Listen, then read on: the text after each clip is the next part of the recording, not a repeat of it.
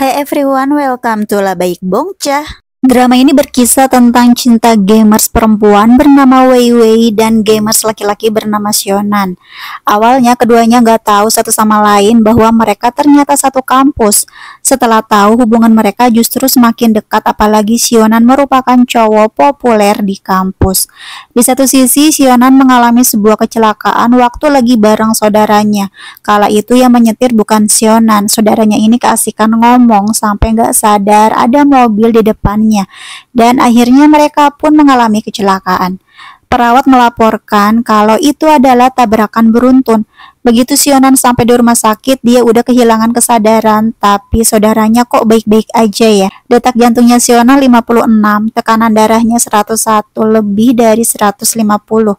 Setelah mengecek respon mata dari Sionan, dokter menyuruh perawat membawa Sionan ke ruang MRI.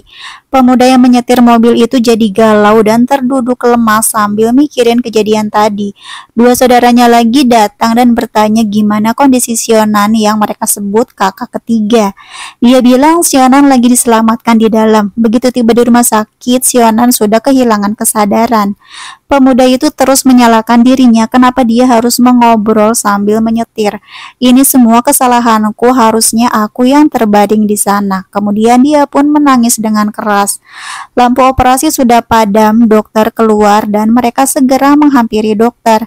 Dokter menggeleng-gelengkan kepalanya. Nggak tahu sih apa yang dibilang, tapi reaksi tiga cowok ini syok berat. Sampai salah satunya tuh jatuh. Terus yang satunya lagi bilang ini tidak mungkin. Ini sengaja didramatisir apa gimana ya? Aku malah lucu gitu liatnya. Di ruang rawat rupanya Sionan masih hidup walaupun dia belum sadar. Kepalanya diperban dan dia dikasih selang oksigen. Gak lama kemudian akhirnya Sionan pun bangun. Di kamar itu ada orang tuanya, juga ada tiga saudaranya yang tadi.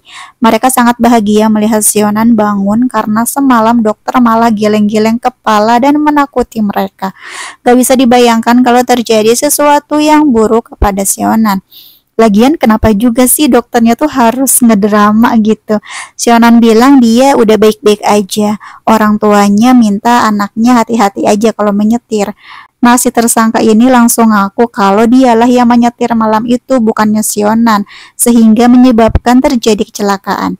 Bibi dan paman cuma menasehati lain kali kalau berkendara hati-hati aja ya.